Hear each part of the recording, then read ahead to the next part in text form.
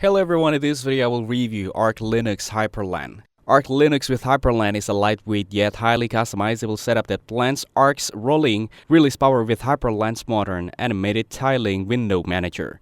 This combine appeals to the Linux users who love speed, efficiency, and aesthetic polish.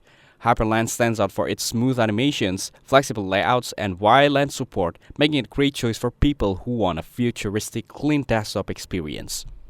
Running it on Arch means you can get the latest updates and can fine-tune every part of your system to your liking. However, this setup isn't for beginners. Installing Arch and configuring Hyprland takes time, technical skills, and patience. If you enjoy tweaking and maintaining your system, the result can be a stunning, fast, and distraction-free workspace. For advanced users or Linux enthusiasts who love customization and bleeding-edge software, Arch Linux with Hyprland is absolutely worth it. For casual users, a pre-configured distro might be a better fit. Thanks for watching. Don't forget to like and subscribe for more videos like this.